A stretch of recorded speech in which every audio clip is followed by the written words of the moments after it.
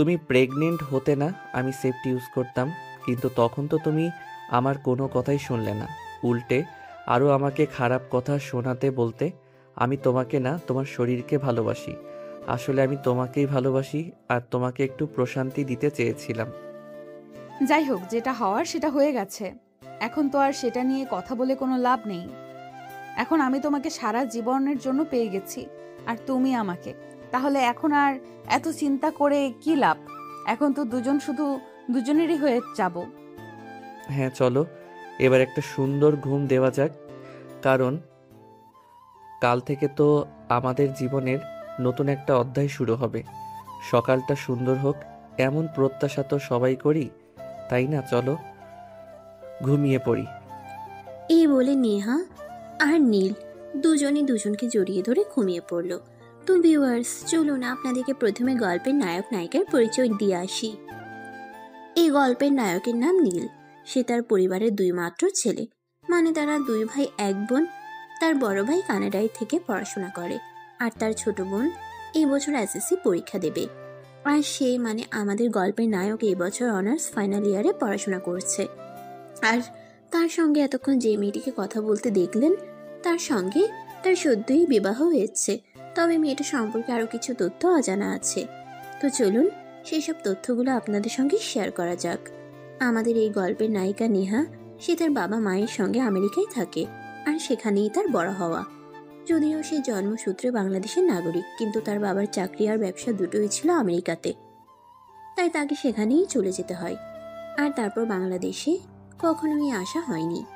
কয়েক মাস আগে সে বাংলাদেশে আসে, আর তখনই তার আমাদের গল্পের নায়ক নীলের সঙ্গে পরিচয় হয়।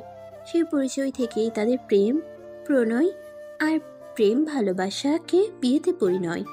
তো ভিউয়ার্স, চলুন কথা না বাড়িয়ে মূল গল্পে ফিরে আসা যাক। আজ থেকে ঠিক 6 মাস আগে নীল একদিন ভার্সিটি শেষ করে বাসায় ফিরছিল বাইকে করে। আর তখনই হঠাৎ রাস্তার পাশে একটা গাড়ি দাঁড়িয়ে থাকে। দেখলো সে কৌতূহলী মনে সেখানে তার বাইক দাঁড় করালো, আর বাইক থেকে নামলো।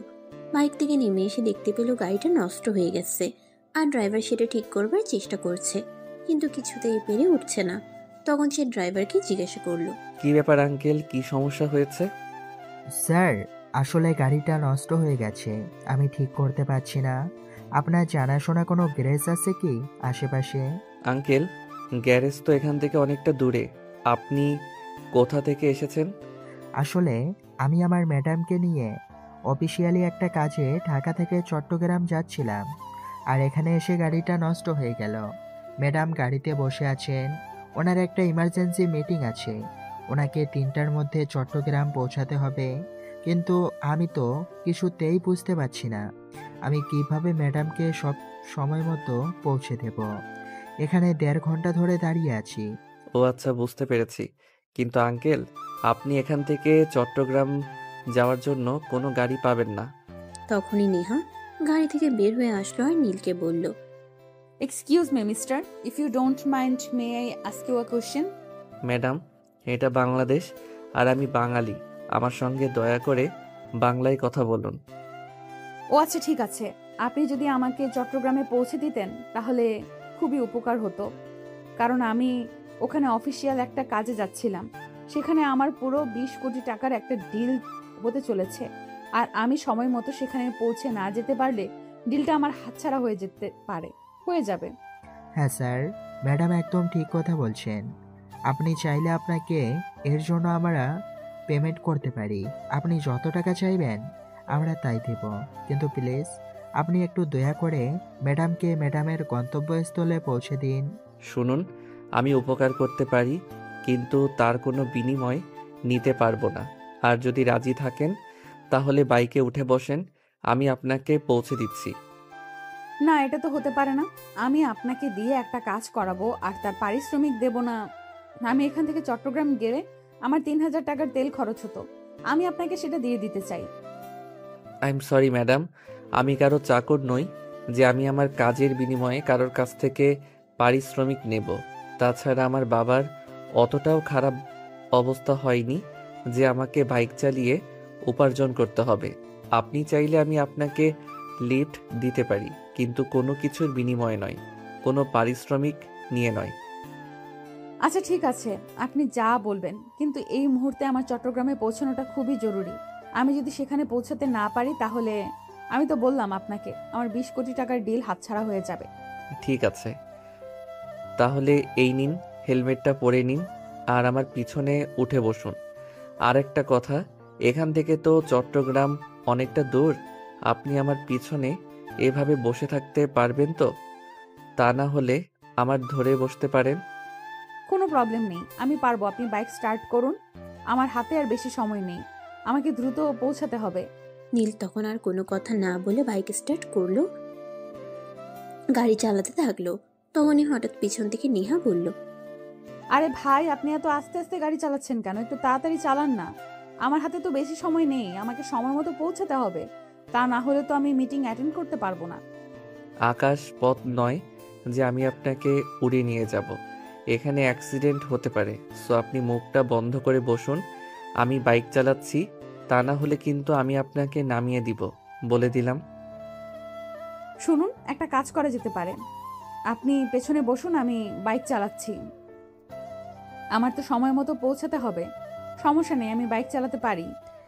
আপনার কি মাথা খারাপ হয়েছে? আপনার মতো একটা মেয়েকে আমি বাইক চালাতে দেব? কখনোই না। আমি আমার বাইকে কোনো মেয়েকে কোনোদিন বসতে পর্যন্ত দেইনি। আপনি বিপদে পড়েছেন বলে আপনাকে একটু হেল্প করতে চাইলাম, আর আপনি কিনা এখন আমাকে আপনার প্যাসেঞ্জার বানাতে চাইছেন। দেখুন, আমি আপনাকে কথাটি সেভাবে বলিনি। আসলে আমার তো সময়টা চলে যাচ্ছে, তাই আমাকে দ্রুত পৌঁছাতে হবে, তাই আপনাকে বললাম। তাছাড়া আপনি চিন্তা করছেন কেন? আমি বাইক চালাতে পারি, কোনো প্রবলেম হবে না। প্লিজ আপনি পিছনে বসুন।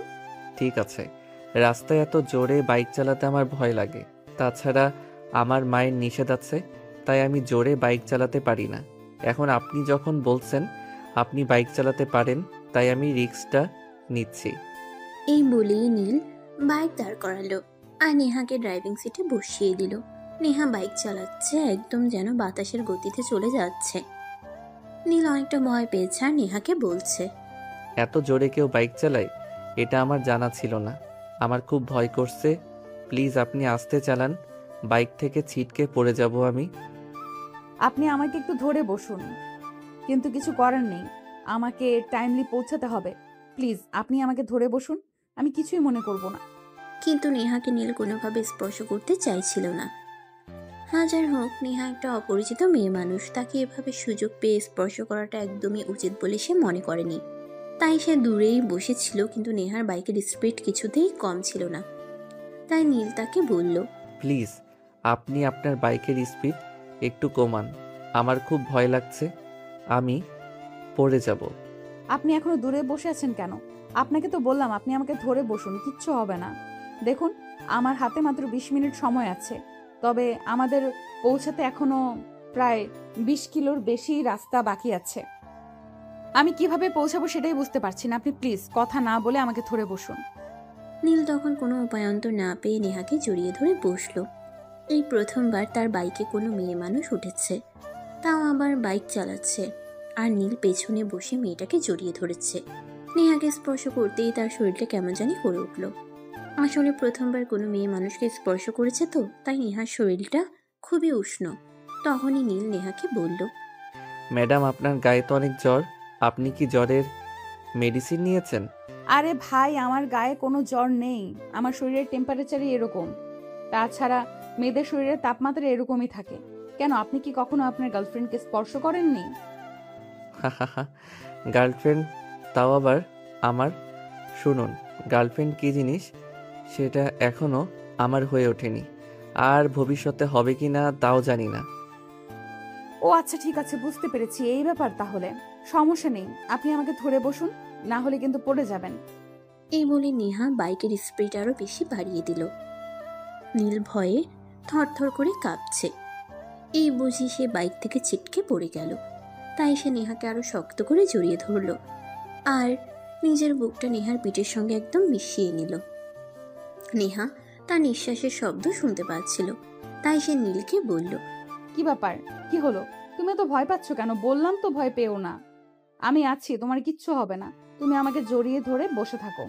নীল তখন নেহাকে জড়িয়ে ধরে বাইকের পেছনে বসে থাকে। সে প্রথমবার কোনো মেয়ে মানুষকে স্পর্শ করে, যে তাই তার এরকম লাগছিল। তার শরীর কেমন যেন হয়ে আসছিল, সে একদম জ্ঞান হারাবে এরকম একটা অবস্থা। তখনই নেহা বাইক দাঁড় করালো। এবার আমাকে ছাড়ুন, আমরা গন্তব্যস্থলে চলে এসেছি। আপনি এখন অপেক্ষা করুন। আমার মিটিং শেষ করতে 15 মিনিটের মতো সময় লাগবে। মিটিং শেষ করে আমি আপনার সঙ্গে কথা বলবো। আমার তো বাড়িতে পৌঁছাতে লেট হয়ে যাবে। আমার আম্মু আমাকে বকাবকি করবে। আমি চলে যাই, পরে কোনোদিন না হয় আপনার সঙ্গে দেখা করা যাবে। সমস্যা নেই, আপনার আম্মুকে আমার কথা বলে দিবেন, তাহলে কিছু বলবে না। কিন্তু আপনি আমার এত বড় একটা উপকার করলেন, আপনার জন্যই আমি সময় মতো পৌঁছাতে পেরেছি। তা না হলে তো আমার 20 কোটি টাকার ডিল হাতছাড়া হয়ে যেত। আপনার সঙ্গে একটু সময় না কাটালে চলে? প্লিজ আপনি এখানে আমার জন্য জাস্ট 15 মিনিট অপেক্ষা করুন। আমি 15 মিনিটের মধ্যেই আপনার সঙ্গে দেখা করছি। এই বলে নেহা সোজা রেস্টুরেন্টের ভিতর ঢুকে গেল, আর নীল বাইরে দাঁড়িয়ে অপেক্ষা করতে থাকলো। বেশ কিছুক্ষণ পর নেহা মিটিং শেষ করে রেস্টুরেন্টের বাইরে আসলো, আর নীলকে দাঁড়িয়ে থাকতে দেখে বলল, আমি তো ভেবেছিলাম আপনি মনে হয় চলে যাবেন, কিন্তু এখনো অপেক্ষা করছেন। ধন্যবাদ আপনাকে। ইহা আপনি তো বলেন আপনার জন্য অপেক্ষা করতে, তাই তো আমি এতক্ষণ ধরে আপনার জন্য অপেক্ষা করছিলাম। যাই হোক, আপনার মিটিং শেষ হয়েছে তাহলে? হ্যাঁ, আমার মিটিং শেষ হয়েছে এবং আমরা ওই 20 কোটি টাকার কাজটা পেতে চলেছি। আপনার জন্য এত বড় একটা উপকার হলো। আপনাকে কি বলে ধন্যবাদ দিব সেটাই বুঝতে পারছি না। ধন্যবাদ দেওয়ার কিছুই নেই, মানুষ মানুষের জন্য। আপনি বিপদে পড়েছিলেন, তাই আমি আপনাকে সহযোগিতা করলাম। অন্য কোনো দিন আমি বিপদে পড়লে আপনি সহযোগিতা করে দিবেন, তাহলে হয়ে যাবে। যাই হোক, এবার আমার বিদায় নেওয়ার পালা। আপনি দয়া করে আমায় বিদায় দিন, আমি এখান থেকে বিদায় নিই। এভাবে কথা বললে কি হয় নাকি কি চলে নাকি? চলুন একটা কফি শপে যাই, দুজনে একসঙ্গে বসে কফি খাই আর একটু পরিচিত হয়ে নেই। কিন্তু ম্যাডাম, আমার তো বাসায় চলে যাওয়াটা খুব বেশি প্রয়োজন ছিল। আমার আম্মু আমার জন্য টেনশন করবে। আরে বাবা, বললাম তো আপনি বাসায় গিয়ে আন্টিকে আমার কথা বলবেন, তাহলে আন্টি আপনাকে আর কিচ্ছু বলবে না। আর কথা না বাড়িয়ে চলুন, পাশে একটা ভালো কফি শপ আছে, সেখানে গিয়ে দুজনে কফি খাই আর পরিচিত হয়ে নেই। নীল তখন আর কোনো কথা না বাড়িয়ে নেহার সঙ্গে গেল, আর সেখানে কফি শপে বসে দুজনে কফি খেতে থাকলো। কফি খেতে খেতেই নেহা নীলকে জিজ্ঞাসা করলো, কিছু তো বলুন আপনার ব্যাপারে। কি আপনার পরিচয় আর কি বা করছেন? আমি নীল, এই তো এই বছর অনার্স ফাইনালে পড়াশোনা করছি। আমার বড় ভাই কানাডায় থাকে, ওখানেই চাকরি করে। আর একটা ছোট বোন আছে, সে এই বছর এসএসসি পরীক্ষা দিবে। আমার বাবা একটা আইটি কোম্পানির ডিরেক্টর। যাই হোক, তাহলে তো ভালোই। আর আমি নেহা ইসলাম, আমার বাবা মায়ের একমাত্র সন্তান। আমার জন্মের পর আমার বাবা মা অনেক কষ্ট করেছিল একটা সন্তান নেওয়ার জন্য, কিন্তু সেটা আর হয়ে ওঠেনি। ডক্টর বলেছিল আমার মা যদি দ্বিতীয় সন্তান নেয় তাহলে লাইফ রিস্ক হতে পারে, এমনকি আমার মায়ের মৃত্যু পর্যন্ত হতে পারে। তাই আমি একাই থেকে গেলাম। ও আচ্ছা, তবে যাই বলেন না কেন, একা থাকারও কিন্তু একটা মজা আছে। বাবা মায়ের সব আদর ভালোবাসা একাই উপভোগ করা যায়, এর ভাগ কাউকে দিতে হয় না। হ্যাঁ সেটাই, তবে আমি অনেক একাকিত্ব বোধ করি। আমার মাঝে মধ্যেই মনে হয় আমার যদি একটা ভাই বা বোন থাকতো, তাদের সঙ্গে আমি সুখ দুঃখের মুহূর্তগুলো শেয়ার করতে পারতাম, তাদের সঙ্গে ভালো সময় কাটাতে পারতাম। কিন্তু দুর্ভাগ্যবশত সেটা আর হয়ে উঠলো না। আর হ্যাঁ, আমার বাবার চাকরি আর ব্যবসা দুটোই আমেরিকাতে, তাই আমাকে আমেরিকাতেই থাকতে হয়। আর এই 2 দিন আগেই এই কাজটার জন্য আমাকে এখানে আসতে হয়েছে। আব্বুর কাজের চাপ অনেক বেশি, তাই আব্বু আসতে পারলো না। আমার এই মুহূর্তে পড়াশোনার চাপ একটু কম আছে, তাই আমি আসলাম। ও আচ্ছা, যাই হোক, আপনার সঙ্গে পরিচিত হয়ে ভালো লাগলো। তবে এখন আর আমার হাতে বেশি সময় নেই, আমাকে এবার উঠতে হবে। আপনি দয়া করে আমায় বিদায় দিন। হ্যাঁ সেটা তো অবশ্যই, কিন্তু যাওয়ার আগে আপনার ফোন নাম্বারটা দিয়ে যাবেন, যাতে নেক্সট টাইমে আপনার সঙ্গে কথা বলতে পারি। নাম্বার দিতে পারি, কোনো সমস্যা নেই, কিন্তু আপনি যখন তখন আমাকে ফোন করবেন না। এমনিতেই আমার মা আর বোন আমার পেছনে পড়ে আছে। আসলে ভাইয়া তো বিয়ে করে নিয়েছে আর ভাবিকে নিয়ে কানাডায় চলে গেছে। বাড়িতে মা আর বোন ছাড়া কেউ নেই, তাই আমাকে ওরা বিয়ের জন্য প্রেশার দিচ্ছে। কিন্তু আমি এখনই বিয়ে করতে চাই না, পড়াশোনা শেষ করি কিছু একটা করে তারপর। আর এই মুহূর্তে যদি আপনি ফোন দেন আর সেটা আমার মা অথবা বোন দেখতে পায়, তাহলে তো আমার কি হবে সেটা আপনি বুঝতেই পারছেন। হ্যাঁ, বুঝতে পারছি, কিন্তু আমার মনে হয় আপনার বিয়ে করে নেওয়াটা উচিত, কারণ যথেষ্ট বয়স হয়েছে। অনার্স ফাইনাল ইয়ারে পড়াশোনা করছেন। কিন্তু ম্যাডাম, আমি যে চাকরি করি তারপর বিয়ে করতে চাই। আসলে আমি চাই না আমি বিয়ে করে আমার বউকে অন্য কারো কামাই খাওয়াতে হয়। এটাও কিন্তু ভালো, মন্দ নয়। আপনার জন্য শুভকামনা রইল। যাই হোক, এই নিন আমার ফোন নাম্বার, সময় পেলে ফোন দিবেন। এই বলে নেহা একটা কাগজে তার মোবাইল নাম্বারটা লিখে নীলের হাতে তুলে দিল আর বলল, আর হ্যাঁ, আপনি কিন্তু বাসায় পৌঁছে অবশ্যই ফোন দিতে না পারলে একটা মেসেজ দিয়ে হলেও আমাকে জানাবেন। আমি কিন্তু চিন্তায় থাকবো। আচ্ছা ঠিক আছে, কিন্তু আপনি কি আজ এখানেই থাকবেন, মানে ঢাকায় ফিরবেন না? হ্যাঁ, আমার ঢাকায় ফেরা হবে না। এখানে আরো একটা ছোট্ট কাজ আছে, সেটা আমাকে করতে হবে। আগামীকাল ড্রাইভার গাড়ি ঠিক করে তারপর আমাকে নিতে আসবে। আচ্ছা ঠিক আছে, আজ তাহলে আমি আসি। ভালো থাকবেন, নিজের খেয়াল রাখবেন। এই বলে নীল বাইক নিয়ে বাসার উদ্দেশ্যে রওনা দিল। বাসায় এসে পৌঁছাতে পৌঁছাতে তার রাত প্রায় 8টার মতো বেজে গেল। বাসার সামনে এসে দাঁড়িয়ে কলিং বেল চাপ দিতেই তার ছোট বোন এসে দরজা খুলে দিল আর তাকে দেখেই বলতে লাগলো, কি ব্যাপার ভাইয়া, তুই এতক্ষণ কোথায় ছিলি? আর আমি সেই কখন থেকে তোকে ফোন দিচ্ছি, তুই আমার ফোন তুলছিলি না কেন? নীল তখন ফোনটা হাতে নিয়ে দেখলো ফোনটা সাইলেন্ট করা ছিল আর এতক্ষণ সময় কেটে কেটে সে সেটা খেয়ালই করেনি। তাই সে তার বোনকে বলল, ফোনটা সাইলেন্ট করা ছিল, আমি দেখতে পাইনি। এখন সামনে থেকে সর, আমাকে ভিতরে যেতে দে। পরে তোকে ভেতরে যেতে দেবো, তার আগে তুই আমাকে বল, তুই এতক্ষণ কোথায় ছিলি? জানিস কতটা টেনশনে ছিলাম? তোকে ফোন দিচ্ছি, তুই ফোন তুলছিস না। অপরদিকে আম্মু তো কান্নাকাটি শুরু করে দিয়েছে। আরে বাবা, একজন মানুষ ব্যস্ত থাকলে হয়তো কল রিসিভ করে না, ফোন সাইলেন্ট করে রাখে। তাই বলে কি কান্নাকাটি করতে হবে নাকি? হ্যাঁ, আমি তো তোর কাছে সেটাই জানতে চাইছি, তুই কি এমন বিশ্বযুদ্ধ করে এসেছিস যে ফোন সাইলেন্ট রাখতে হয়েছিল? ফোন রিসিভ করার সময় পাসনি? এই, তুই কোন দেশের মহারানী যে আমার কাজের কৈফিয়ত তোকে দিতে হবে? তুই আমার চোখের সামনে থেকে সর, মেজাজ খারাপ করিস না। এই বলে নীল রিমিকে কোনো পাত্তা না দিয়ে ভিতরে চলে গেল। ভেতরে প্রবেশ করিয়ে প্রথমে তার আম্মু রুমে গেল। রুমে ঢুকে সে সত্যিই দেখতে পায় তার আম্মু কান্না করছে। তাকে দেখতে পেয়ে দৌড়ে এসে জড়িয়ে ধরে বলে, কিরে, তুই এতক্ষণ কোথায় ছিলি? তোকে কতবার ফোন করা হয়েছে, তুই ফোন তুললি না কেন? জানিস কতটা টেনশনে ছিলাম, ভয় পাচ্ছিলাম তোর কিছু হয়ে গেল নাকি? আম্মু, একটা কাজ পড়ে গেছিল, ওটা করতে গিয়ে দেরি হয়ে গেল। তাই বলে তোমাকে এভাবে কান্না করতে হবে নাকি? যাও, এবার আমার জন্য খাবার তৈরি করো, খুব ক্ষুধা পেয়েছে, খাবো। আচ্ছা বাবা, ঠিক আছে, কোনো সমস্যা নেই। তুই হাত মুখ ধুয়ে ফ্রেশ হয়ে আস, আমি এক্ষুনি তোর জন্য খাবার গরম করে আনছি। এই কথা বলে নীলের আম্মু কিচেনে চলে গেল আর ছেলের জন্য খাবার গরম করে ডাইনিং টেবিলে নিয়ে আসলো। নীল হাত মুখ ধুয়ে ফ্রেশ হয়ে খাবার টেবিলে আসলো আর খাবার খেতে বসলো। তখনই তার ছোট বোন রিমি সেখানে আসে আর বলে, ওরে বাবারে, বাবা এতক্ষণ কেঁদে কেঁদে একদম উদ্ধার করে দিচ্ছিলে, আর এখন ছেলে আসা মাত্রই তাকে কিছু না বলে খাবার দিচ্ছ? তো কি করব, আমার ছেলেটা তো বলছে যে একটা কাজে আটকা পড়ে গেছিল, তাই আসতে দেরি হয়েছে। এখন আমার ছেলেটার ক্ষুধা পেয়েছে, খাবার দিচ্ছি। এতে তোর কি সমস্যা? হ্যাঁ, সেটাই তো, আমার কি সমস্যা? এতক্ষণ তো আমাকে হাজারটা কথা শোনাচ্ছিলে আমি কেন তোমার ছেলের খোঁজ নিচ্ছি না, কেন তাকে ফোন করছি না। আমি কয়বার ফোন করেছি সেটা তুমি জানো। এই, আমার ছেলে চলে এসছে, এখন আর আমার কোনো চিন্তা নেই। তুই এখন এখান থেকে যা, আমার ছেলেটাকে শান্তি মতো খাবার খেতে দে, তা না হলে কিন্তু ভালো হবে না বলে দিলাম।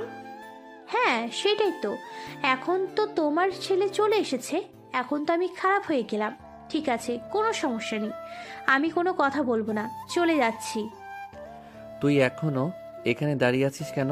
যাচ্ছিস না কেন? দেখতে পাচ্ছিস না আমি খাবার খাবো? তোর নজর লেগে যাবে তো। যাচ্ছি, আর কথা বলতে হবে না।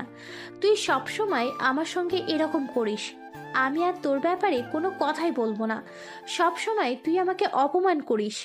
হাহাহা, মান অপমান বোধ সেটা আবার তোর আছে নাকি? যদি মান অপমান বোধ থাকতোই তাহলে যদি আমার সামনেই আসলি না, সারাদিন তোকে কত কথা শোনাই, তারপরও কেন তুই আমাদের বাড়িতে পড়ে আছিস বল? একটা বিয়ে করে শ্বশুর বাড়িতে চলে যা। বাড়িতে আমাকে একা একা থাকতে দে। আমি কেন শ্বশুর বাড়িতে যাব? তুই তো আমার চেয়ে বয়সে অনেক বড়।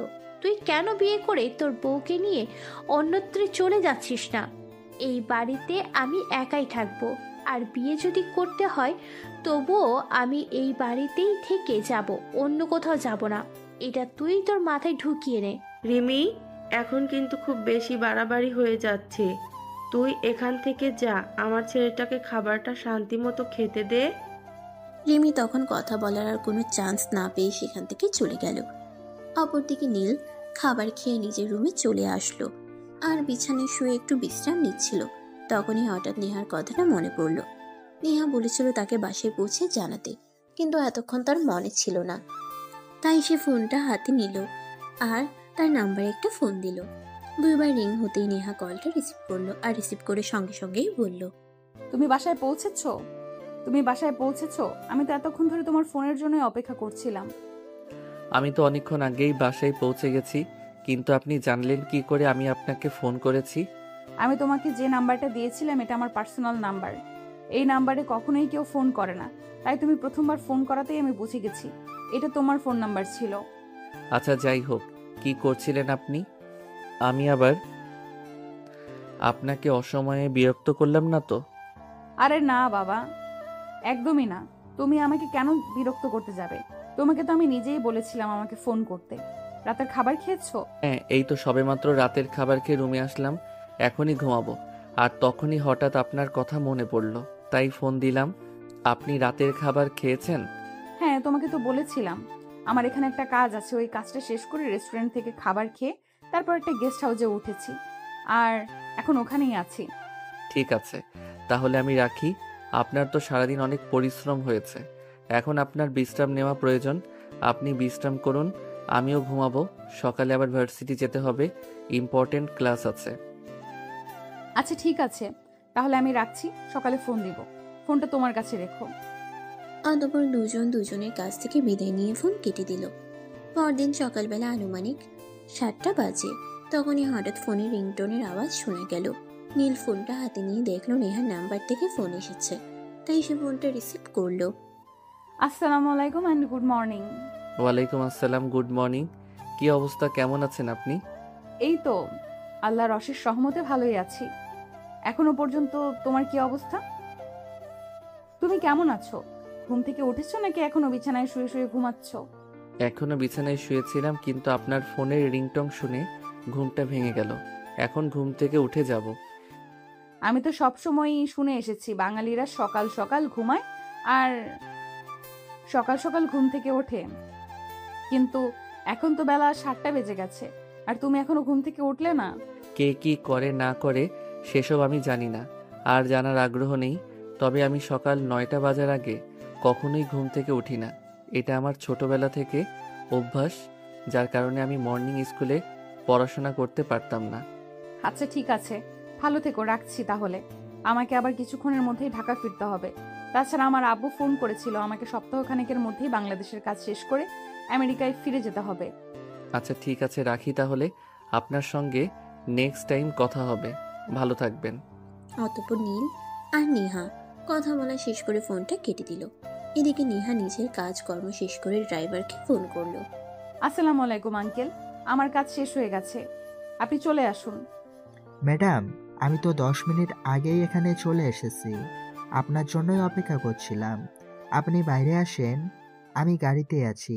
ঠিক আছে, আপনি জাস্ট 2 মিনিট ওয়েট করুন, আমি এক্ষুনি আসছি।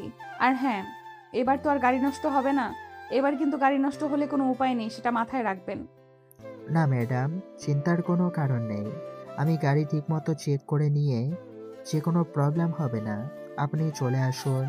2 মিনিটের মধ্যেই রেহা রওনা দিল আর ঢাকায় এসে পৌঁছাতে তার প্রায় দুপুর 12টা বেজে গেল। নেহা অফিসে কাজ করছে, তখনই হঠাৎ তার নীলের কথা মনে পড়ল। নীল তো এতক্ষণে হয়তো ভার্সিটি থেকে বের হয়েছে, তাই সে নীলকে ফোন করলো। দুবার রিং হওয়ার পর নীল ফোনটা রিসিভ করলো আর বলল, কি ব্যাপার ম্যাডাম, এই তো সকালবেলা কথা বললেন, তাহলে এখন আবার ফোন দিলেন কেন? ফোন করেছি তোমাকে একটা কথা বলার জন্য। আমি সেই শুরু থেকে তোমাকে তুমি তুমি করে বলে যাচ্ছি, কিন্তু তুমি আমাকে বরাবরই আপনি আপনি করে বলছো কেন বলো তো? কারণ আমরা বাঙালি সহজে কোনো মানুষকে আপন করে নিতে পারি না। তাছাড়া অপরিচিত কাউকে আমরা আপনি বলেই সম্বোধন করি। কেন, কোনো সমস্যা আছে নাকি? হ্যাঁ, অবশ্যই সমস্যা আছে। তোমাকে দেখে মনে হয় তুমি আমার সমবয়সী হবে। আমি তোমাকে তুমি তুমি করে বলছি, তাহলে তুমি কেন আমাকে আপনি আপনি করে বলবে? আপনি আপনি করে কথা বলাটা একদমই আমার ভালো লাগছে না। তুমি আমাকে তুমি করে বলবে। আরে ম্যাডাম, এসব আপনি কি বলছেন? আমি আপনাকে তুমি করে বলতে পারবো না। আমি আজ পর্যন্ত আমার কোনো মেয়ে বান্ধবীকেও তুমি করে বলি না। আর সেখানে আপনি কি না অপরিচিত একটা মেয়ে, তাকে আমি তুমি করে বলবো? কখনোই না। তোমাকে বলতে হবে। আমি যদি তোমার সমবয়সী একটা মেয়ে হয়ে তোমাকে তুমি করে বলতে পারি, তাহলে তুমি একটা ছেলে হয়ে কেন আমাকে তুমি করে বলতে পারবে না? এটার কোনো উত্তর কি তোমার কাছে আছে? হ্যাঁ, অবশ্যই। কারণ আমরা দুজন দুই রকম কালচারে বড় হয়েছি। তুমি আমেরিকান কালচারে আর আমি বাংলাদেশি কালচারে। দুই দেশের কালচারের মধ্যে অনেক তফাৎ আছে, যেগুলো হয়তো তোমার চোখে পড়ে না, কিন্তু আমার চোখে পড়ে। আমি অত কিছু জানি না আর জানতেও চাই না। তুমি আমাকে তুমি করে বলবে কি বলবে না সেটা বলো। আচ্ছা ম্যাডাম, দেখুন, আমি আপনার আপন কেউ নাই বা সেরকম পরিচিত কেউ নই যে আপনাকে আমার তুমি করে বলতে হবে। তাহলে আপনি এভাবে আমাকে কেন জোর করছেন আপনাকে তুমি করে বলতে? কারণ তোমাকে আমার ভালো লেগেছে। আমার মনে হয় তুমি আর 5টা ছেলের মতো নও। তুমি কত সহজে সেদিন আমাকে চট্টগ্রাম পৌঁছে দিলে। অন্য কোনো ছেলে হলে আমার কাছ থেকে এইটুকু কাজের জন্য অনেকটা পারিশ্রমিক চাইতো, কিন্তু তুমি সেটা চাওনি। দেখুন ম্যাডাম, আমার এতটাও খারাপ দিন আসেনি যে আপনার কাছ থেকে আমাকে পারিশ্রমিক নিতে হবে। আমার বাবার যথেষ্ট টাকা পয়সা আছে, তাই এইটুকু কাজের জন্য আপনার কাছ থেকে পারিশ্রমিক নেওয়ার কোনো প্রয়োজন আমার নেই। বাদ দাও সেসব কথা। আমি তোমার কাছে যে কথা জানতে চেয়েছি সে কথার উত্তর দাও। তুমি আমাকে তুমি করে বলবে কিনা সেটাই বলো। আমি বুঝতে পারছি না, ছোট্ট একটা কথার জন্য আপনি এভাবে পেরাপিরি কেন করছেন? কেন এরকম জোর জবরদস্তি করছেন? আমি সোজা কথা বলতে চাই। আমি তোমার সঙ্গে বন্ধুত্ব করতে চাই। তুমি কি আমাকে নিজের বন্ধু হিসাবে একসেপ্ট করতে পারবে? বন্ধু হতে চান সেটা তো বেশ ভালো কথা, তবে অনলি ফ্রেন্ডের বেশি কিছু নয়। আচ্ছা ঠিক আছে, কোনো সমস্যা নেই। তুমি আমার শুধু বন্ধু হয়েই থেকো। কারণ তোমাকে কেন জানি না প্রথম দেখাতেই আমার ভালো লেগেছে, আর মনে হয়েছে তুমি খুবই ভালো একটা ছেলে। তাই তোমার সঙ্গে বন্ধুত্বের সম্পর্ক করতে চাই। তবে অনলি ফ্রেন্ড, এর বেশি কিন্তু কিছু নয়। আচ্ছা ঠিক আছে, তাহলে আজ থেকে আমরা বন্ধু। আর বন্ধুকে তুমি করে বলা যেতেই পারে। তাহলে আজ থেকে আমি তোমাকে তুমি করেই বলবো। এবার তো তুমি খুশি? হ্যাঁ, অবশ্যই খুশি, আর অনেক খুশি। তোমাকে অসংখ্য ধন্যবাদ এইভাবে এত সহজেই আমার বন্ধুত্বের প্রপোজাল একসেপ্ট করার জন্য। তোমার কি ভার্সিটি ছুটি হয়ে গেছে? হ্যাঁ, এই তো ছুটি হয়ে গেছে। এখনই ভার্সিটি থেকে বের হব। কেন বলুন তো? আসলে আজ বিকেলে একবার আমি তোমার সঙ্গে দেখা করতে চাই, তাই জিজ্ঞেস করছিলাম আর কি। তুমি কেন আমার সঙ্গে দেখা করবে? এই তো গতকালকে তোমার সঙ্গে আমার পরিচয় হলো, আর এখনই তুমি আমার সঙ্গে দেখা করতে চাইছো। বিষয়টা ঠিক আমার ভালো লাগছে না। একটু খুলে বলো তো কি সমস্যা তোমার? আরে বাবা, তুমি আমাকে এভাবে কেন বলছো? তুমি না আমার বন্ধু। বন্ধুর সঙ্গে কেউ এভাবে কথা বলে নাকি? আমি তোমার সঙ্গে দেখা করতে চাই, এখন তুমি আমার সঙ্গে দেখা করবে কিনা সেটাই বলো। গতকালকের রাত করে বাড়িতে ফিরেই আমাকে কথা শুনতে হয়েছে। এখন যদি আজ আবার আমি দেরি করে বাড়িতে ফিরি, তাহলে তো আমার অবস্থা কাহিল হয়ে যাবে। ওকে, প্রবলেম নাই। তোমার বাড়ির অ্যাড্রেস দাও, আমি তোমার বাড়িতেই চলে আসব। তারপর দেখি কে কি করে আর কে কি বলে। আমি কারোর পরোয়া করি না। আরে, এসব কি বলছো তুমি? তোমার কি মাথা খারাপ হয়ে গেছে নাকি? আচ্ছা ঠিক আছে, সমস্যা নেই। আমি নিজেই তোমার সঙ্গে দেখা করছি, কিন্তু তোমাকে আমার বাসায় আসতে হবে না। নতুন করে কোনো ঝামেলায় পড়তে চাই না আমি। না, আমি তোমার কোনো কথাই শুনবো না। আমি যখন তোমাকে বলেছি আমি তোমার সঙ্গে দেখা করতে চাই, তোমার সঙ্গে আমি দেখা করব, এবং সেটা তোমার বাড়িতে। তুমি এক্ষুনি আমাকে তোমার বাড়ির ঠিকানা দেবে। নীল তখন নেহাকে কোনোভাবেই তার বাড়ির ঠিকানা দিতে চাইছিল না, কিন্তু নেহার জোরাজুরিতে সে তার বাড়ির ঠিকানা দিতে বাধ্য হলো। নীল ভার্সিটি শেষ হলে বাড়িতে এসে খাওয়া দাওয়া করে বিছানায় শুয়ে বিশ্রাম নিচ্ছিল। তখন সন্ধ্যা হবে হবে এমন সময় কলিং বেলের আওয়াজ শোনা গেল। নীল সেটা রুম থেকে শুনছিল, কিন্তু সে রুমে শুয়েছিল। সে ভাবতে পারছিল না এই অসময়ে কে এসেছে। তখনই তার ছোট বোন রিমি গিয়ে দরজা খুলে দেয়। রিমিকে দেখতে পেয়ে নেহা বলে, এটা নীলদের বাড়ি তো? মানে আমি কি ঠিক জায়গায় এসেছি তো? হ্যাঁ ভাবি, তুমি একদম ঠিক জায়গাতে এসেছো। আমি জানতাম ভাইয়া তলে তলে এরকম কিছু কাজই করেছে, যার কারণেই আমরা তাকে বিয়ের প্রেশার দেওয়ার পরেও সে বিয়ে করতে রাজি হচ্ছে না। এবার বলো তুমি, তোমার সঙ্গে কয়দিনের সম্পর্ক? আরে না, সেরকম কোনো ব্যাপার নয়। তুমি ভুল ভাবছো। নীলের সঙ্গে আমার কোনো সম্পর্ক নেই। সে আমার বন্ধু, এবং শুধুমাত্রই বন্ধু। এছাড়া আমাদের দুজনের মধ্যে আর কোনো সম্পর্ক নেই। নীল বাড়িতে আছে তো? আরে ভাবি, লজ্জা পাওয়ার কিছুই নেই। আমি খুব ভালো করেই জানতাম ভাইয়া এমন কিছু একটা করেছে, কিন্তু আমি কোনো প্রমাণ পাচ্ছিলাম না, বিধায় তাকে কিছু বলতে পারছিলাম না। আর আজ যখন তুমি চলে এসেছো, চিন্তা করো না, তোমাকে এই বাড়ি থেকে যেতে দিচ্ছি না। আসলে আমরাও তো একটা ভাবির দরকার ছিল, তাই তোমাকে রেখে দেব। আর আমি বুঝতে পারছি না তুমি এইসব কথা কেন বলছো। তোমার কি মাথায় সমস্যা আছে নাকি? আমি তো তোমাকে বললাম নীলের সঙ্গে আমার কোনো সম্পর্ক নেই, কিন্তু তুমি কেন আমার কথা শুনতে চাইছো না? আর কেনই বা আমার কথা বিশ্বাস করতে চাইছো না? তোমাকে তো বললাম আমরা দুজন শুধুমাত্রই বন্ধু। এভাবে কথা কাটাকাটি হচ্ছিল নেহা আর রিমির মধ্যে। তখনই সেখানে নীলের আম্মু এসে হাজির হয় আর রিমিকে বলে, কি ব্যাপার রিমি, কি হয়েছে? তুই এভাবে কার সঙ্গে তর্কাতর্কি করছিস? আমাদের বাড়িতে তো কোনো মেয়ে মানুষ কখনোই আসে না, আজ হঠাৎ মেয়ে মানুষের গলার আওয়াজ শুনতে পেলাম। এখন থেকে আসবে, আর আজ থেকেই আসা শুরু করেছে। তোমার পুত্রবধূ এসেছে। আমি তোমার পুত্রবধূর সঙ্গে কথা বলছিলাম। এই তুই কি সব আবোল তাবোল বলছিস? আমি তো তোর কথার আগাগোড়া কিছুই বুঝতে পারছি না। আর এই মেয়ে কে তুমি? তোমাকে তো আমি ঠিক চিনতে পারলাম না। আন্টি, আমি নেহা, নীলের বন্ধু। নীলের সঙ্গে দেখা করতে এসেছি। দেখুন না, আপনার মেয়ে কি সব আবোল তাবোল কথা বলছে। আমরা শুধুমাত্র বন্ধু, আমাদের মধ্যে আর কোনো সম্পর্ক নেই। কিন্তু আমারও সেটা বিশ্বাস হচ্ছে না, কারণ তোমার মতো একটা সুন্দরী মেয়ে আমার ছেলের বন্ধু হবে এটা তো আমি কোনোদিন কল্পনাও করিনি। আমি জানি তোমাদের মধ্যে কোনো সম্পর্ক রয়েছে, কিন্তু তুমি সেটা আমাকে বলতে লজ্জা পাচ্ছ। দেখো, আমি অন্য 5টা মায়ের মতো নই। আমার সঙ্গে তুমি সব শেয়ার করতে পারো। তাদের কথোপকথন শুনতে শুনতে নীল নিজের রুম থেকে ড্রয়িং রুমে এসে হাজির হলো আর ড্রয়িং রুমে উপস্থিত সকলকে উদ্দেশ্য করে বলল, দেখো, তোমরা যা ভাবছো সেটা সম্পূর্ণ ভুল নেহা। আর আমার মধ্যে কোনো সম্পর্ক নেই। নেহার সঙ্গে গতকালকেই আমার পরিচয় হয়েছে, আর আজকে তার সঙ্গে আমার বন্ধুত্ব। তাই সে আমার সঙ্গে আমার বাসায় দেখা করতে এসেছে। এর বেশি কিছুই নয়। ভাইয়া, তুই আমাকে বোকা ভাবতে পারিস, কিন্তু আমি অতটাও বোকা নই। আমি সব কিছু বুঝতে পারি। ওর সঙ্গে তোর ভালোবাসার সম্পর্ক রয়েছে। কেন শুধু শুধু তুই আমাদেরকে মিথ্যে বলছিস? কেন শুধু শুধু আমাদেরকে এত সুন্দর ভাবের থেকে বঞ্চিত করছিস? দেখ রিমি, একদম মেজাজ খারাপ করিস না।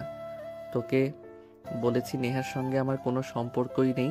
আমরা দুজন শুধুমাত্র বন্ধু, এছাড়া কিছুই নয়। তাহলে তুই কেন বারবার একটা কথা বলেই যাচ্ছিস? তুই কি সোজা কথা শুনতে পাস না নাকি? আরে নীল, তুমি এইভাবে মেজাজ দেখাচ্ছ কেন? ছোট মানুষ বুঝতে পারেনি তাই বলে ফেলেছে। ওকে বুঝিয়ে বললেই তো হয়। কে বুঝবে? এই মেয়েটা এই কোনোদিন বোঝার চেষ্টা করবে না, শুধু শুধু উল্টাপাল্টা কথা বলে যাবে আর তোমাকে সবার সামনে ছোট করবে। কিন্তু আমি তো সেটা হতে দিতে পারি না। যাই হোক, তুমি ভিতরে এসে বসো। আর এটা হচ্ছে আমার আম্মু। আম্মু, এটা নেহা, আর ওর সঙ্গে গতকালকে আমার পরিচয় হয়েছে, আর আজকে আমাদের বন্ধুত্ব। আসসালামু আলাইকুম আন্টি, কেমন আছেন আপনি? ওয়ালাইকুম আসসালাম। এই তো মামুনি, আল্লাহর অশেষ রহমতে ভালোই আছি। তোমার কি অবস্থা? আর তোমার আব্বু আম্মু কেমন আছে? আলহামদুলিল্লাহ, সবাই ভালোই আছে। তা তোমাদের বাসা কোথায়? তোমার আব্বু আম্মু কাউকে সঙ্গে নিয়ে আসতে পারতে, ভালো লাগতো আমাদের। আসলে আন্টি, আমার আব্বু আম্মু বাংলাদেশে থাকে না। আমরা সপরিবারে আমেরিকাতে থাকি। সেখানেই আমার বাবার ব্যবসা আর চাকরি। আমি সেখানেই পড়াশোনা করি, কিন্তু আমার বাবার ব্যবসার কিছু কাজ বাংলাদেশে পড়ে গেছে, যার কারণে আমাকে এখানে আসতে হয়েছে। আব্বু একটু ব্যস্ত আছে তাই, তবে আমি সপ্তাহখানেকের মধ্যে আমেরিকায় চলে যাব। আর এই সপ্তাহখানেকের মধ্যে বাংলাদেশের যতগুলো কাজ রয়েছে সেগুলো আমি শেষ করে নেব।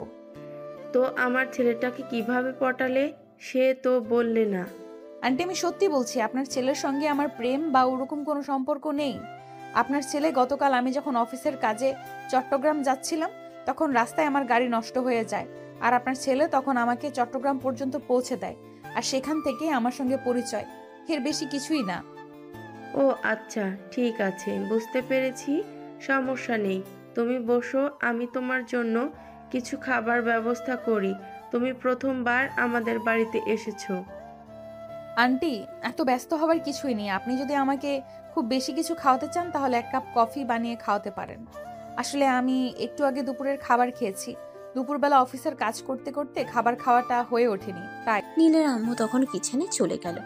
অপর দিকে নীল, রিমি আর নেহা তিনজনই ড্রয়িং রুমে বসে গল্প করছে। ওইদিকে রিমি তো একটু পরপর খোঁচা দিয়েই যাচ্ছে।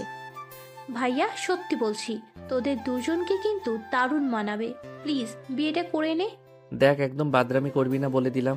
তোর সব ফাইজলামো মার্কার কথাবার্তা কিন্তু সত্যি ভালো লাগে না। তুই সবসময় কেন এভাবে কথা বলিস? কেন একটা মেয়েকে এভাবে ছোট করছিস বল? আমি আবার কি করলাম? আমি তো তোকে এটাই বললাম যে তোদের দুজনকে একসঙ্গে দারুণ মানাবে, কারণ তোর বন্ধু কিন্তু দেখতে যথেষ্ট সুন্দরী। হ্যাঁ, সেটা আমি খুব ভালো করেই জানি যে আমার বন্ধু দেখতে যথেষ্ট সুন্দরী, কিন্তু তার মানে এই নয় যে তার সঙ্গে আমাকে রিলেশনে যেতে হবে বা বিয়ে করতে হবে। রিলেশনে গেলে বা বিয়ে করলে তো সমস্যাটা কোথায়? সুন্দর বন্ধু, দেখতে যথেষ্ট সুন্দরী, শিক্ষিত এবং ম্যাচিওর একটা মেয়ে। সত্যি বলছি, এখন কিন্তু তুই খুব বেশি বাড়াবাড়ি করছিস। মায়ের কিন্তু একটাও মাটিতে পড়বে না বলে দিলাম। সে আবার বাড়াবাড়ি কোথায় করলো? সে তো যা বলছে সত্যিই বলছে। আমিও কিন্তু তার সঙ্গে একমত। তুমি রাজি থাকলে আমি তোমায় বিয়ে করতে পারি। এই, তোমার কি মাথা খারাপ হয়ে গেছে? কোথায় তুমি আমেরিকার মতো উন্নত একটা দেশে বড় হয়েছো, আর আমি কোথায় বাংলাদেশে বড় হয়েছি? তোমার সঙ্গে কখনোই আমার মিলবে না, না তো মানসিকতা, না তো অন্য কিছু। সো এসব আজে বাজে কথা বলা দুজনেই বন্ধ করো। আজে বাজে কথা আবার আমি কোথায় আর কখন বললাম? আমি যা বলছি সত্যি কথাই বলছি। তুমি যদি রাজি থাকো তাহলে আমি তোমাকে বিয়ে করতে পারি, কারণ আমি ছোটবেলা থেকে দেশের বাইরে বড় হলেও সব সময় আমার মন পড়ে থাকতো বাংলাদেশে। আমি ছোটবেলা থেকেই চাইতাম আমি বাংলাদেশে একটা ছেলেকে বিয়ে করব এবং বাংলাদেশ থেকে যাব। ওখানকার জীবন যাপন আমার খুব একটা ভালো লাগে না। হ্যাঁ ভাবি, তুমি একদম ঠিক কথাই বলেছ। তুমি কোনো টেনশন করো না, আমি আজকে আব্বু আম্মুর সঙ্গে তোমার ব্যাপারে কথা বলবো। ওরা যদি রাজি থাকে তাহলে ওদের দিয়ে তোমার আব্বু আম্মুর সঙ্গে কথা বলাবো। রিমি, তুই এখান থেকে যাবি? এখন কিন্তু আমার খুব বেশি মেজাজটা খারাপ হয়ে যাচ্ছে বলে দিলাম। এসব ফালতু কথা শোনার জন্য তুই এক্ষুনি এখান থেকে চলে যা। তুমি শুধু শুধু ওকে কেন মেজাজ দেখাচ্ছ? ও কি এমন ভুল কথা বলেছে? যা বলেছে তো ঠিকই বলেছে। আমার কিন্তু তোমাকে বেশ পছন্দ হয়েছে ছেলে হিসাবে, হোক বা অন্য কোনো কিছুতেই হোক, সব কিছুই তোমার ভালো লেগেছে। তুমি চাইলে সত্যিই আমি তোমাকে বিয়ে করতে চাই। আমার মনে হয় এবার তোমাকে আমার বাসা থেকে বিদায় নেওয়া উচিত, কারণ আমার বোনের সঙ্গে সঙ্গে তোমার মাথাও খারাপ হয়ে যাচ্ছে। তাই আমি চাই না আমার বোনের সঙ্গে সঙ্গে তুমিও এখান থেকে পাগলে পরিণত হও। তুমি আমাকে সর্বশেষ পাগলের উপাধি দিলে, এটা আমি কোনোদিন কল্পনাও করতে পারিনি। যাই হোক, তবে আমি তোমাকে শেষবারের মতো একটা কথা বলছি। তোমাকে আমার সত্যিই ভালো লেগেছে। তুমি রাজি থাকলে আমি সত্যিই তোমাকে বিয়ে করতে চাই। আর আমার ফ্যামিলি নিয়ে তোমার কোনো চিন্তা করতে হবে না। আমার ফ্যামিলি বরাবরই আমাকে স্বাধীনতা দিয়ে এসেছে। আমার ফ্যামিলি কখনোই আমার স্বাধীনতায় হস্তক্ষেপ করেনি। আর যদি এখন তাদের আমি বলি যে আমি একটা ছেলেকে ভালোবাসি, তাহলে কখনোই তারা দ্বিমত পোষণ করবে না। আমি নিজের লাইফের সিদ্ধান্ত নিজে নেওয়াতে তারা আরো বেশি খুশি হবে। এভাবেই কথা চলছিল তাদের তিনজনের মধ্যে। তখনই নীলের আম্মু সেখানে এসে হাজির হয় আর তাদের কথোপকথন শুনে বলে, কি ব্যাপার, কি হয়েছে? তোমরা তিনজনে কি নিয়ে এমন কথা কাটাকাটি করছো? আমি কি একটু জানতে পারি? হ্যাঁ অবশ্যই। আসলে নেহা আপু ভাইয়াকে পছন্দ করে, কিন্তু ভাইয়া নয়। তাই নেহা আপু বলছিল ভাইয়া যদি রাজি থাকে তাহলে নেহা আপু ভাইয়াকে বিয়ে করতে পারে। এটা আমি কি শুনছি? আমি তো নিজের কানকেই বিশ্বাস করতে পারছি না। তোমার মতো একটা মেয়ে বিয়ে করবে, তাও আবার আমার ছেলেকে? সত্যি নাকি মিথ্যে বলছো? আন্টি, আমি মিথ্যা কথা কেন বলবো? আমি সত্যিই বলছি, আপনার ছেলের সঙ্গে পরিচয়টা আমার অল্প সময়ের মধ্যে হলেও আপনার ছেলেকে আমি ঠিকভাবেই চিনতে পেরেছি। আমার মানুষ চিনতে এত বেশি সময় নিতে হয় না। আমি মানুষের চোখের ভাষা দেখেই বলে দিতে পারি তার মনের ভেতরে কি চলছে। তাই আমি সিদ্ধান্ত নিয়েছি, আপনার ছেলে রাজি থাকলে আমি আপনার ছেলেকে বিয়ে করতে চাই। কিন্তু মামুনি, তুমি দেশের বাইরে থেকে বড় হয়েছো। আমেরিকার মতো একটা উন্নত দেশে তোমার বসবাস। তোমার বাবা মা কি আমার ছেলের মতো একটা ছেলের কাছে তোমাকে তুলে দেবে? আন্টি, সেই সব দিয়ে আপনাকে চিন্তা করতে হবে না। আপনি আপনার ছেলের সঙ্গে কথা বলুন। আমি সত্যি আপনার ছেলেকে বিয়ে করতে চাই। সে যদি রাজি থাকে তাহলে আমি নিজেই আমার আব্বু আম্মুর সঙ্গে কথা বলবো, এবং আমি 100% শিওর তারা রাজি হবে। নেহা, আমি সত্যি বলছি, এই বাড়িতে এসে তোমার মাথাটা সত্যি নষ্ট হয়ে গেছে। কারণ এই বাড়িতে তো আমার বোনের মতো একটা ভাইরাস রয়েছে, যেখানে আসলে কোনো মানুষ আর সুস্থ অবস্থায় ফিরে যেতে পারে না। তাই তুমি এখান থেকে যাও আর বিশ্রাম নাও, নিজের মাথাটা ঠিক করো, তাহলে সব চিন্তাধারা বদলে যাবে। চুপ কর তুই। সবার মাথা ঠিকই আছে, তোর মাথা নষ্ট হয়ে গেছে। নেহার মতো সুন্দরী, রূপবতী, গুণবতী একটা মেয়ে তোকে বিয়ে করতে চাইছে, যেখানে তুই কিনা খুশিতে গদগদ হওয়ার কথা, আর সেখানে তুই ওকে অ্যাভয়েড করছিস। হ্যাঁ করছি, কারণ যেটা কোনোদিনও হওয়ার নয় সেটা চিন্তা করা ঠিক নয়। নেহা আমেরিকার মতো একটা উন্নত দেশে বড় হয়েছে, সেখান থেকে সে বাংলাদেশে এসে সংসার করবে, এটা আমি কোনোদিনই বিশ্বাস করি না, আর বিশ্বাস করতে পারবো না। তাই আমি বলছি, তোমরা এসব পাগলামি বন্ধ করো। আর নেহা নেশায় আছে, তাকে তেঁতুল জল খেতে দাও, তাহলেই ঠিক হয়ে যাবে। এরপর কাউকে আর কোনো কথা বলার সুযোগ না দিয়ে নীল সেখান থেকে সোজা নিজের রুমে চলে গেল আর দরজা বন্ধ করে দিল। এদিকে নেহা নীলের আম্মুকে বলছে, আন্টি, আমি সত্যি আপনার ছেলেকে প্রথম দেখাতেই ভালোবেসে ফেলেছি। তাই তো আপনার ছেলের সঙ্গে একদিনের বন্ধুত্বের পরিচয়, তার বাসা পর্যন্ত চলে এসেছি। আসলে আমি মানুষকে খুব সহজেই বিশ্বাস করে ফেলি। আপনার ছেলে কেমন সেটা আমি জানি না, আর জানার খুব প্রয়োজন বলেও মনে করছি না, কারণ আমার মন বলছে সে খুবই ভালো একটা ছেলে। তাই আমি সিদ্ধান্ত নিয়েছি তাকে বিয়ে করতে চাই। হ্যাঁ মামুনি, ঠিক আছে, কোনো সমস্যা নেই। আমি খুব ভালো করে জানি জীবনে ভালোবাসা কখনো অনুমতি নিয়ে আসে না, কিংবা কোনো সময় সাপেক্ষ আসে না। ভালোবাসা যখন তখন হয়ে যায়। তোমার চিন্তার কোনো কারণ নেই। তুমি নিশ্চিন্তে বাসায় যেতে পারো, আমি দেখছি বিষয়টা। আমি দুদিনের মধ্যেই তোমাকে রেজাল্ট জানাবো। ওই কথা শুনে নীলার আম্মুর কাছ থেকে বিদায় নিয়ে নেহা বাসে চলে গেল আর অপেক্ষা করতে থাকলো কখন নীলার আম্মু তাকে ফোন করে জানাবে। এদিকে নেহা চলে যাওয়ার পর নীলার আম্মু নিজের কাজকর্ম শেষ করে রাতে রান্না বান্না করে তারপর নীলের রুমে গেল। কি রে, কি ব্যাপার? কি সমস্যা তোর? তুই সেই কখন থেকে দরজা বন্ধ করে আছিস কেন? আমি যদি তোমাদেরকে কোনো কথা শোনাতে না পারি তাহলে আমি কি করব বলো? আমি তো তোমাদের কত করে বলছি তোমরা আমার কথা শোনো আর আমার কথা বোঝার চেষ্টা করো, কিন্তু তোমরা তো ঠিক করে নিয়েছো আমার কোনো কথাই শুনবে না। বোঝা তো অনেক দূরের কথা। দেখ, আমার কখনো এমন কিছু চাইবো না যেটা তোর ক্ষতি হবে। আমরা সব সময় তোর ভালোই চাই, আর তোর ভালোর জন্যই বলছি। নেহা মেয়েটা যথেষ্ট ভালো, আর সে তোকে বিয়ে করতে চায়। তাহলে ওকে বিয়ে করতে তোর সমস্যা কোথায়? তুমি কি কোনো কিছু বুঝতে পারছো না নাকি বুঝতে চাইছো না? আমি তো সেটাই বুঝতে পারছি না। আমি কেন নেহাকে বিয়ে করতে যাব? নেহা আমেরিকার মতো অন্যতম একটা দেশে বড় হওয়া একটা মেয়ে, সে কি বাংলাদেশে থাকতে পারবে? কখনোই না। আর একটা কথা মনে রেখো, আমি কোনো মেয়ের জন্য কোনো দিনও নিজের পরিবার ছেড়ে যাব না। নেহাকে আমি দেখেছি। আমার মনে হয় না নেহা কোনো দিনও তোকে এমন কোনো কথা বলবে যেটা তোকে কষ্ট দিবে। কিংবা আমাদের ছেড়ে দেওয়ার কথা বলবে। নেহা আমেরিকার কালচার এ বড় হলেও তার মন প্রাণের সব কিছুই বাংলাদেশে পড়ে আছে। আর একটা কথা তুই ভুলে যাস না, নেহা কিন্তু জন্মসূত্রে বাংলাদেশের নাগরিক। আমি দেখেছি বাংলাদেশের প্রতি তার অন্যরকম একটা টান অনুভূত হয়। আমি তোমার এত ঘোরানো পেঁচানো কথা বুঝতে পারছি না। কি বলবে তুমি, আমাকে সরাসরি বলো। হ্যাঁ, আমি তো সেই কখন থেকেই তোকে সোজা কথা বলার চেষ্টা করছি। আমি তো তোকে বলছি তুই নেহাকে বিয়ে কর। এটা তোর জন্য আর আমাদের পরিবারের সবার জন্য খুব ভালো হবে। তাই আমি তোকে রিকোয়েস্ট করছি। ঠিক আছে, কোনো সমস্যা নেই। আব্বু বাসায় আসলে তুমি আব্বুর সঙ্গে কথা বলো, আর আব্বু যদি রাজি হয় তাহলে আমার কোনো প্রবলেম নেই। তবে বিয়েটা আমি এখন করতে পারবো না। আমি অনার্স কমপ্লিট করব, তারপর বিয়ে শাদী নিয়ে চিন্তা করব। ঠিক আছে, কোনো সমস্যা নেই। আমরা নেহার আব্বু আম্মুর সঙ্গে কথা বলবো এবং বিয়ের দিন তারিখ সব ঠিক করে রাখবো, এবং সেই সাথে আমরা এখন এঙ্গেজমেন্ট করে রাখবো। এঙ্গেজমেন্ট করে রাখতে হবে কেন? নেহা তো কারোর সঙ্গে প্রেম বা রিলেশন করছে না যে সে আমাকে রেখে পালিয়ে যাবে।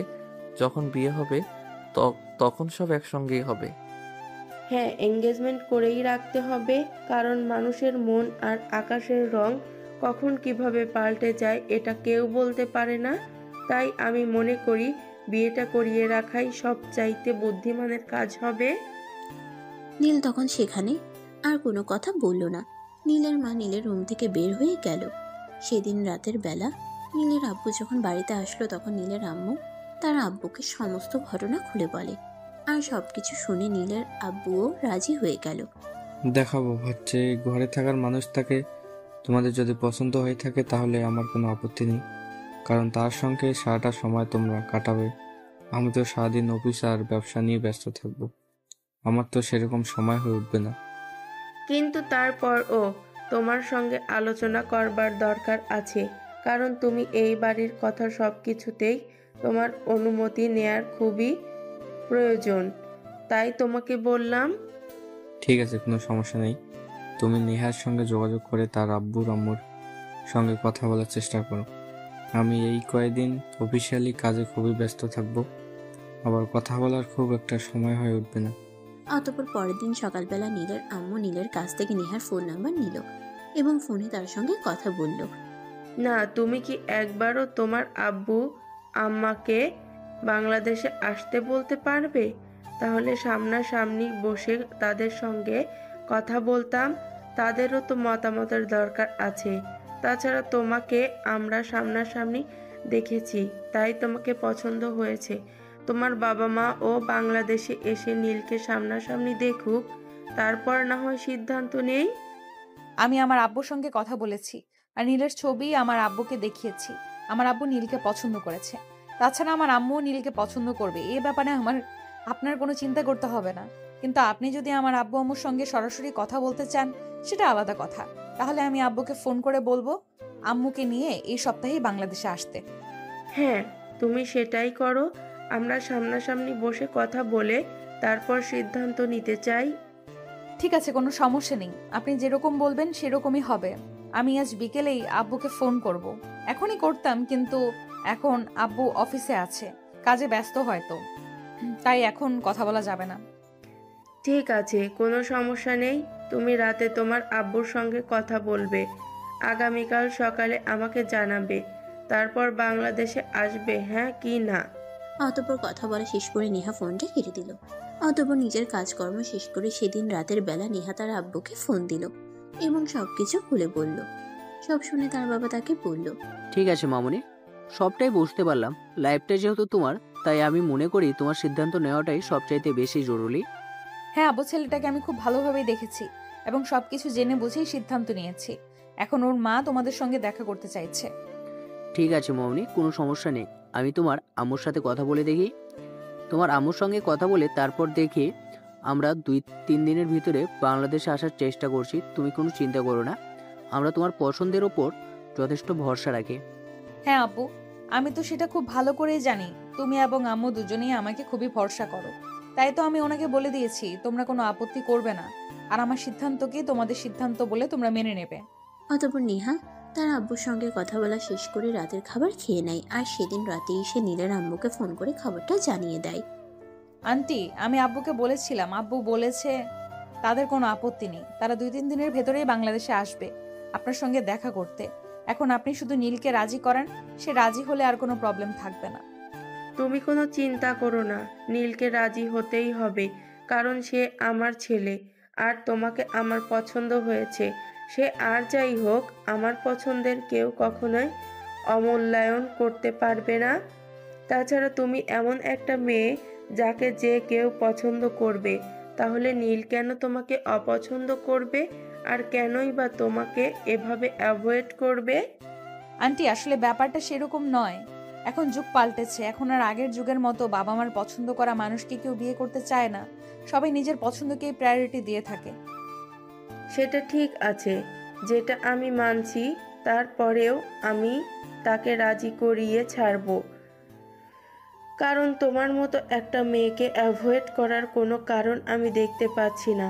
অপছন্দ হওয়ার মতো হলে তাহলে সে অপছন্দ করতে পারতো বা সরাসরি আমাদের মুখের উপর না বলে দিতে পারতো, কিন্তু তোমার মতো একটা মেয়েকে রিজেক্ট করার কোনো অপশন তার কাছে কি আদৌ আছে?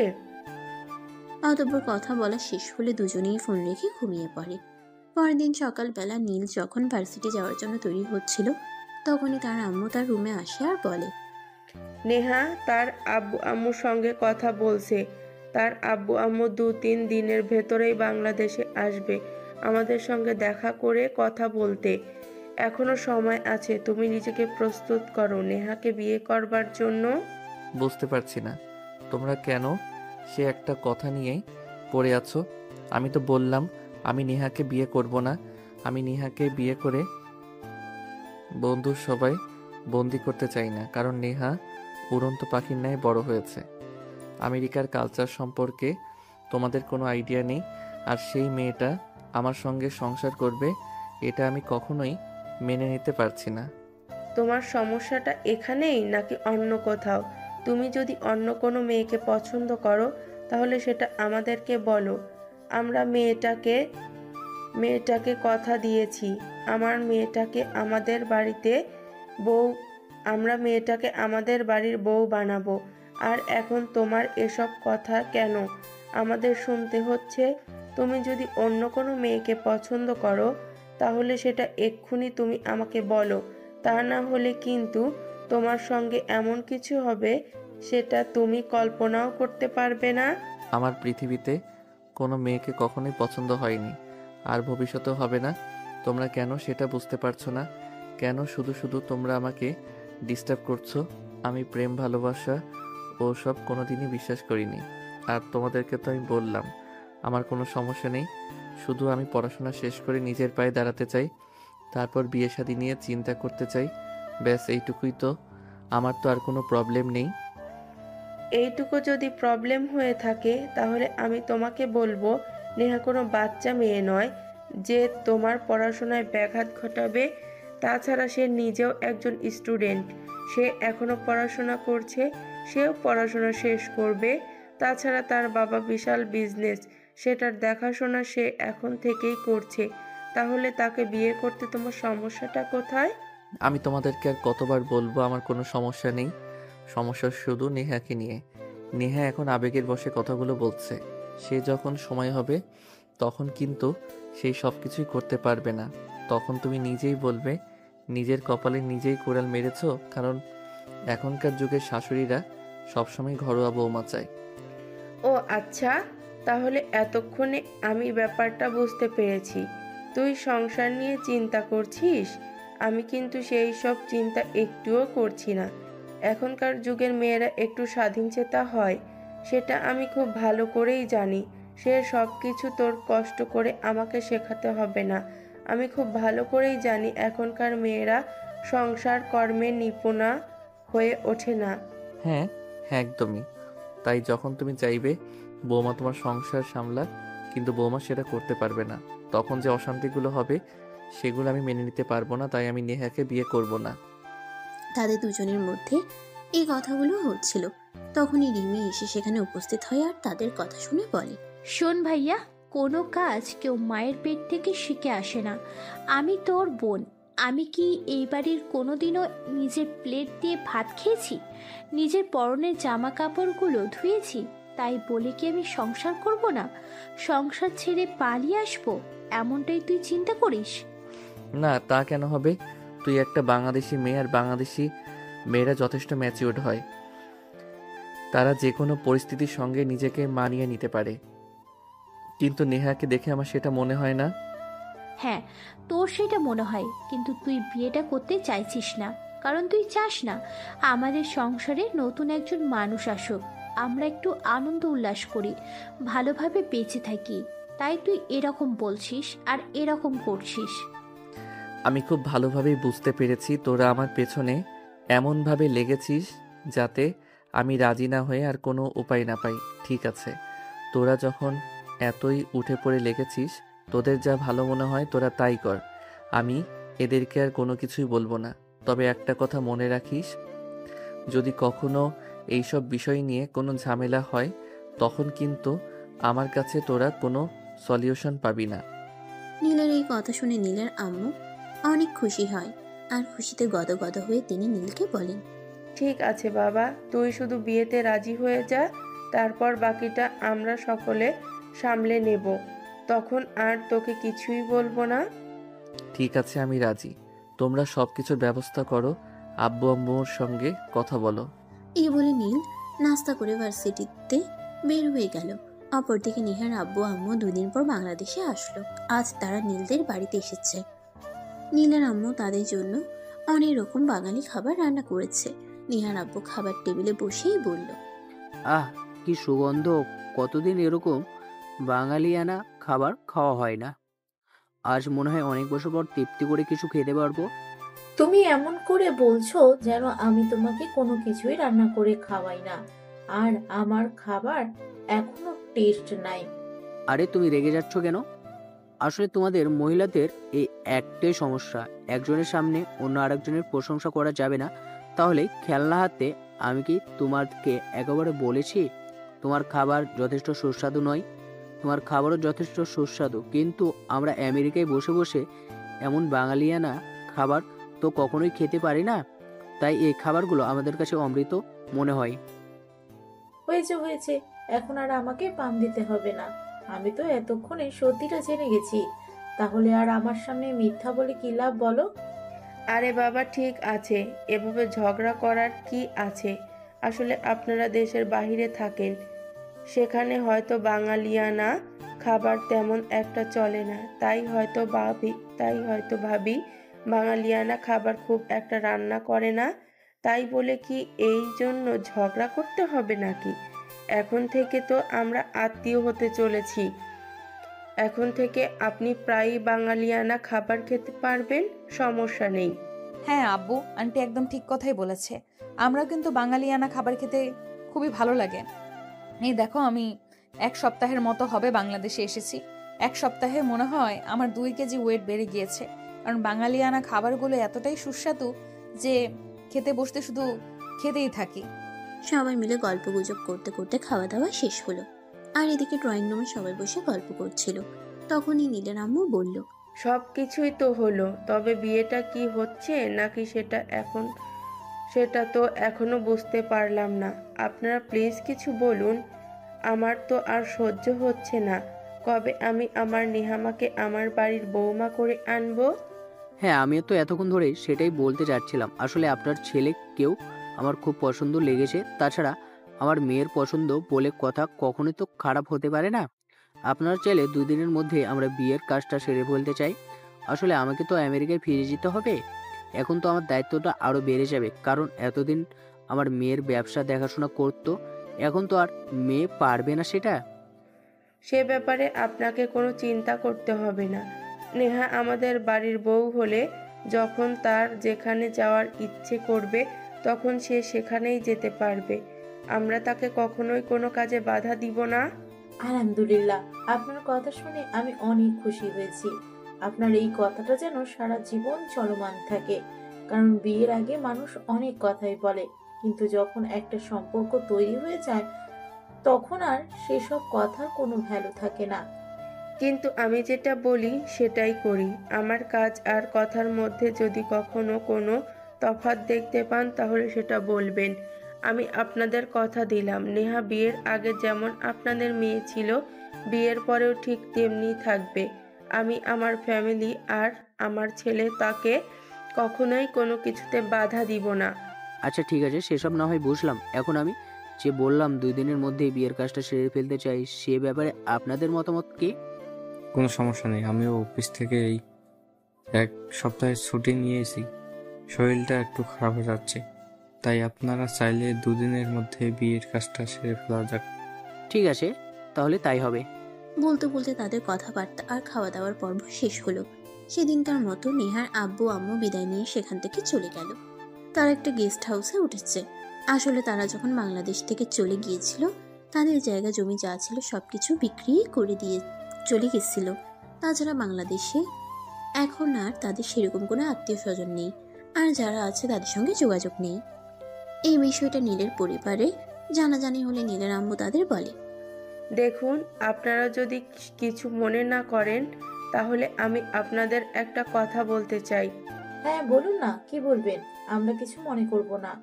আসলে আমি চাই বিয়েটা আমাদের বাড়িতেই হোক, আর বিয়েটা যেহেতু আমরা ঘরোয়াভাবে করছি, তাই আমি চাই আপনারা নেহা মামুনিকে নিয়ে আজকেই আমাদের বাড়িতে চলে আসুন। আর কালকে তো বিয়ের সমস্ত নিয়ম আচার আমাদের বাড়িতেই করা হোক। কিন্তু এটা তো ভালো দেখায় না। বিয়ের আগে মেয়েরা তো শ্বশুর বাড়ি যায় না। সেরকম কোনো নিয়ম নেই। আগে এগুলো মানুষ বলতো, কিন্তু এখন আর মানুষ সেইভাবে বিশ্বাস করে না। এখন যুগ আপডেট হয়েছে, সবাই এখন আধুনিকভাবে চলাফেরা করে। তাই আপনারা আজকেই নেহাকে নিয়ে আমাদের বাড়িতে চলে আসুন। আচ্ছা ঠিক আছে, আমি নিহার আব্বুর সঙ্গে কথা বলে তারপর আসছি। তারপর সেদিন বিকালবেলা নেহা তার ফ্যামিলি সহ নীলদের বাড়িতে চলে আসে। আর পরের দিন ওই বাড়িতেই তাদের বিয়ের সমস্ত আয়োজন করা হয়। আশেপাশের মানুষজন একটু অবাকই ছিল। তারা এই প্রথমবার দেখলো ছেলে মেয়ে এক বাড়িতেই থাকছে আর সে বাড়িতেই তাদের বিয়ে হচ্ছে। কিন্তু তার পরিবারে সে ব্যাপারে কোনো মাথা ব্যথা নেই। কে কি বললো না বললো সেসব নিয়ে তারা একটুও চিন্তা করে না। যাই হোক, চলুন তারপর কি হয় দেখা যাক। নীল আর নেহার বিয়ের কাজ সম্পন্ন হলো। ঘরোয়াভাবে খুব কাছের আত্মীয় স্বজনদেরকে বাড়িতেই আপ্যায়নের ব্যবস্থা করা হয়। খাওয়া দাওয়ার পর্ব শেষ হলে সবাই নিজেদের মতো নিজেদের বাড়িতে চলে গেল। আর এদিকে রিমি তার বন্ধুদের নিয়ে নীলের জন্য বাসর ঘর সাজানোর ব্যবস্থা করছিল। তখনই নীল সেখানে আসে। কি ব্যাপার রিমি, কি হচ্ছে? এসব তোকে কে বলেছে এসব ফালতু কাজকর্ম করতে? আমাকে কেউ বলতে যাবে কেন? আমার ইচ্ছে হয়েছিল তাই করেছি। কেন, তোর কোনো সমস্যা আছে নাকি? তোর কোনো সমস্যা থাকলেও আমার তাতে কোনো আপত্তি নেই, কারণ তুই আমার একমাত্র ভাই বলে কথা। অনেক ইচ্ছে ছিল তোকে ধুমধামের সঙ্গে বিয়ে দেব, কিন্তু যেহেতু নেহার ফ্যামিলিগত সমস্যা আছে, তারা আমেরিকায় চলে যাবে তাদের বিজনেসের কাজে, তাই তো সেটা হয়ে উঠল না। তাই বলে কি আনন্দ একটুকু করব না? তার জন্যই তো আমি তোর জন্য নিজের হাতে বাসর ঘরটা সাজাচ্ছি। আর অবশ্যই কিন্তু তার জন্য আমার একটা ভালো পেমেন্ট পাওয়া চাই। এই সব কিছু তো করছিস আমার বাবার টাকায়, তাহলে আবার আমি তোকে পেমেন্ট দিতে যাব কেন? আমার কি মাথা খারাপ হয়েছে নাকি? শোন, এসব ফালতু কাজকর্ম আমাকে দেখাতে আসিস না। শোন ভাইয়া, এখন কিন্তু একদম বেশি বেশি হয়ে যাচ্ছে, বলে দিলাম। তুই কিন্তু আমাদের সবাইকে ইনসাল্ট করছিস। এটা কিন্তু তোর কাছ থেকে আমরা কেউই আশা করি নাই, কারণ তুই আমাদের একমাত্র ভাই। তোর বিয়েতে যদি একটু আনন্দ করতে না পারি তাহলে কবে আনন্দ করব বল? ঠিক আছে, যা ইচ্ছে কর, কিন্তু আমি তোদের 500 টাকার বেশি দিতে পারবো না, এটা মাথায় রাখিস। তারপর কিন্তু আবার বলবি না আমি কিপটেমি করি। থাক ভাই, তোকে আমাদের কোনো পেমেন্ট করতে হবে না। আমরা চাই না তোর টাকা। তোর টাকা তুই তোর কাছে রাখ, আমাদের কোনো টাকা লাগবে না। নীল তখন কোনো কথা না বলে সেখান থেকে চলে গেল। আর এদিকে রিমি তার বন্ধুদের নিয়ে ঘর সাজানোর কাজ শেষ করলো। তারপর সে তার বোনদের নিয়ে সেখান থেকে চলে গেল আর নেহাকে একটু সাজুগুজু করিয়ে নীলের রুমে পৌঁছে দিল। নেহা এমনিতেই যথেষ্ট সুন্দরী, তাকে খুব বেশি সাজুগুজু করতে হয় না। তবুও আজ যেহেতু তার বিয়ে, তাই তো তার এই দিনটাকে একটু স্পেশালি করার প্রয়োজন আছে। তাই রিমি নেহাকে অল্প একটু সাজিয়েছে, তবে এই অল্প সাজিয়েই নেহাকে আরো অপরূপ করে তুলেছে। নেহাকে একদম আকাশের পরীদের মতোই সুন্দর লাগছিল। যে একবার নেহার দিকে তাকাবে তার বারবার তাকাতে মন চাইবে, চোখ ফেরাতেই ইচ্ছে করবে না। রিমি নেহাকে রুমে পৌঁছে দিয়ে সেখান থেকে চলে যাচ্ছিল, তখনই নীল সেখানে আসলো আর রিমিকে বলল, কি ব্যাপার, কি হলো? তুই তোর পেমেন্ট না নিয়ে চলে যাচ্ছিস কেন? তুই না বললি তোর পেমেন্ট চাই? হ্যাঁ চেয়েছিলাম, কিন্তু তুই তো বলে দিয়েছিস 500 টাকার বেশি দিতে পারবি না। 500 টাকা দিয়ে আজকাল 2 প্লেট ফুচকাও খাওয়া যায় না। তাহলে তোর কাছ থেকে 500 টাকা নিয়ে কি করব? দরকার নেই তোর টাকা, তোর টাকা তোর কাছেই থাক। আরে বোন, আমার রাগ করছিস কেন? এই নে তোর পেমেন্ট। এখানে পুরো 50,000 টাকা আছে। তুই তোর বন্ধুদের নিয়ে আনন্দ উল্লাস কর। আর এদিকে আমাকে একটু দয়া করে তাড়াতাড়ি আমার বউটার কাছে যেতে দে। ও মাই গড, মাইয়া তুই সত্যি অনেক ভালো, ধন্যবাদ তোকে। যা তাড়াতাড়ি, ভাবি তোর জন্য অপেক্ষা করছে। এই বলে রিমি সেখান থেকে চলে গেল। আর এদিকে নীল ঘরে প্রবেশ করেই রুমের দরজাটা সঙ্গে সঙ্গেই লাগিয়ে দিল। তখনই নেহা বিছানা থেকে নেমে প্রথমে নীলকে সালাম করলো, আর তারপর জিজ্ঞাসা করলো, কি ব্যাপার, তুমি রুমে ঢুকেই আগে দরজাটা কেন বন্ধ করলে? সেটা বলবে আমাকে। আজ আমাদের বাসর রাত, সেটা মনে হয় তুমি ভুলে গেছো, তাই না? আর নয়তো কি বাসর রাতে আমরা যা যা করব সেই সব কিছুই বাইরের মানুষকে দেখানোর ইচ্ছে আছে তোমার? বলো তো শুনি। এসব তুমি কি বলছো? আমি তো কিছুই বুঝতে পারছি না। তোমার কি মাথা খারাপ হয়ে গেছে নাকি যে উল্টাপাল্টা কথা বলছো? আমাদের বাসর রাত, সেটা আমি খুব ভালো করেই জানি। আর আমরা আমাদের গোপন কাজকর্ম অন্য মানুষকে দেখাতে যাব কেন বলো তো? না, এই যে আমি রুমে প্রবেশ করা মাত্রই তুমি আমাকে জিজ্ঞাসা করলে আমি রুমের দরজা কেন বন্ধ করলাম, তাহলে আমি আর কি বলবো বলো আমাকে? না, আসলে তুমি রুমে ঢুকে সঙ্গে সঙ্গে দরজাটা বন্ধ করলে, তাই তো আমি বললাম। তাই জন্য কি তুমি আবার এভাবে বলবে নাকি? আচ্ছা ঠিক আছে, বাদ দাও সেসব কথা। এখন আগে ফ্রেশ হয়ে অজু করে আসো। আজ তো আমাদের জীবনের নতুন অধ্যায় সূচনা হতে চলেছে, তাই নতুন অধ্যায়টা ভালোভাবেই শুরু করা যাক। নামাজ পড়ে আল্লাহর কাছে দোয়া করে জীবনের নতুন অধ্যায়টা শুরু করতে চাই। ঠিক আছে, তুমি 10 মিনিট বসো, আমি ড্রেস চেঞ্জ করে অজু করে আসছি। এই বলে নেহা ড্রেস চেঞ্জ করতে ওয়াশরুমে চলে যায়। তারপর ফ্রেশ হয়ে উজু করে আসে আর নীলকে বলে, আমি অজু করে এসেছি, তুমি অজু করে এসো। তারপর দুজনে একসঙ্গে 2 রাকাত নফল নামাজ পড়বো আর আল্লাহর নাম নিয়েই আমাদের নতুন জীবনের পদার্পণ করব। আমার অজু আছে, চলো দুজনে একসঙ্গে নামাজটা পড়ে নেই। এই বলে নীল আর নেহা দুজনে দুটো জায়নামাজ বিছিয়ে নামাজে দাঁড়িয়ে পড়লো। আর নামাজও শেষ হতেই নীল বলল, আজ তো আমাদের নতুন জীবনের প্রথম দিন, তো কোনো প্ল্যান আছে নাকি তোমার? কিসের প্ল্যান, কিসের কথা বলছো? আমি তো কিছুই বুঝতে পারছি না। দয়া করে যদি একটু খুলে বলতে তাহলে বুঝতে সুবিধা হতো। আমি তো তোমাকে এটাই বলতে চাইছি যে অনেক মেয়েরাই তো আছে বিয়ের সাথে সাথেই বাচ্চা নিতে চায়, আর অনেকেই তো আছে বিয়ের 10 বছর চলে গেলেও বাচ্চা নিতে চায় না। তো তোমার বেলায় কি হবে সেটাই জানতে চাইছি আর কি। কে কি করে আর কে কি না করে সেসব জেনে বা শুনে আমার তো কোনো লাভ নেই। আমি যেটা করব সেটাই তো আমার ভাবা উচিত।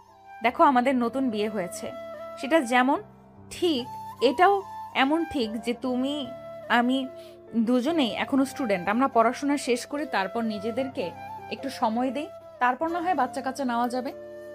হ্যাঁ, তুমি একদম সঠিক সিদ্ধান্ত নিয়েছো। আমিও মনে মনে সেরকমটাই ভেবেছিলাম। আমাদের উচিত আগে নিজেদেরকে একটু সময় দেওয়া, নিজেরা ভালোভাবে তৈরি হওয়া, তারপর বাচ্চা কাচ্চা নিয়ে চিন্তা করা। আর যদি আমরা জীবনের প্রথমেই বাচ্চা কাচ্চা নিয়ে নেই তাহলে তো আমরা নিজেদেরকে একটু সময় দিতে পারবো না।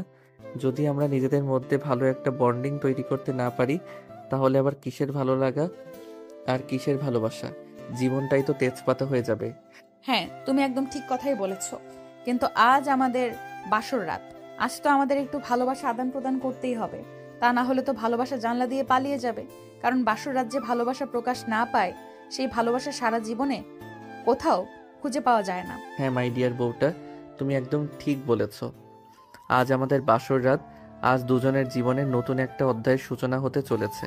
তাই তো আমরা দুজন দুজনকে সম্মান দিব আর ভালোবাসায় দুজনের জীবনটাকে পরিপূর্ণ করে তুলব। এই বলে দুজন জায়নামাজ থেকে উঠে যায়। জায়নামাজ গুছিয়ে রেখে তারপর বিছানার কাছে চলে গেল এবং ড্রেসিং টেবিলের উপরে রাখা দুধের গ্লাসটা নেহা নীলের দিকে এগিয়ে দেয়। নীল দুধটা খেয়ে তারপর পাশেই রাখা ছিল মিষ্টির বাটি, সেখান থেকে একটা মিষ্টি নেহার মুখের দিকে এগিয়ে দিয়ে বলে, আমাদের সুখময় মিষ্টি জীবনটা না হয় একটু মিষ্টি দিয়েই শুরু করা যাক। কিন্তু আমি তো ডায়েটে আছি, আমি তো একদমই মিষ্টি খাই না। I am so sorry. Sorry বললে হবে না ম্যাডাম, আজ আপনাকে মিষ্টি খেতেই হবে, কারণ আজ তো একটা নতুন অধ্যায়ের সূচনা হতে চলেছে। আর আমরা যখন কোনো ভালো কাজ করি তখন আমরা মিষ্টি মুখ করি। সো আজ কোনো কথায় কাজ হবে না, আজ আপনাকে মিষ্টি খেতেই হবে। এই বলে নীল নেহাকে জোর করে এই মিষ্টিটা খাইয়ে দিল আর তারপর সোজা পাজা কোলে তুলে নিয়ে বিছানার উপর ধপাস করে ছেড়ে দিল। তখনই নেহা চিৎকার দিয়ে উঠল, ও মা গো, বাবা গো, মরে গেলাম গো, আমার কোমরটা একদম ভেঙে গেল। হায় আল্লাহ, এটা তুমি কি করলে? আমার কোমরটা ভেঙে দিলে কেন? একদম ইয়ার কি করো না, আমি তোমাকে বিছানার উপর শুইয়ে দিলাম আর তোমার কোমর ভেঙে গেল। এসব ফালতু কথাই কিন্তু কোনো কাজ হবে না। আজ আমি তোমাকে কোনোভাবেই ছাড়ছি না। আজ আমি আমার ভালোবাসা সুদে আসলে গুনে নেব। ওরে বাবা, আজ এত ভালোবাসা কোথা থেকে উতলে উতলে পড়ছে। সেদিন তো তুমি আমাকে বিয়েই করতে চাইছিলে না। তোমার আম্মু আর তোমার পরিবারের লোকজন তোমাকে কত জোর জবরদস্তি করে বিয়েতে রাজি করালো, আর এখন কিনা বলছো তুমি তোমার ভালোবাসা সুদে আসলে গুনে নেবে। হ্যাঁ, চাইছিলাম না, তখন আমি পড়াশোনা নিয়ে ব্যস্ত থাকতে চাইছিলাম। ভেবেছিলাম পড়াশোনা ছেড়ে দিয়ে বিয়ে করলে পড়াশোনা তো আর হয়ে উঠবে না। কিন্তু আমার ফ্যামিলির লোকজন আমাকে তো চিন্তা করতেই দিল না। তারা তো জোর করেই তোমার সঙ্গে আমাকে বিয়ে করাতে চাইলো। আর তাদের বিরুদ্ধে গিয়ে কথা বলার সাহস যেহেতু আমার নেই, তাই তো আর সেটা হয়ে উঠল না। বাধ্য হয়ে তোমাকে বিয়ে করতে হলো।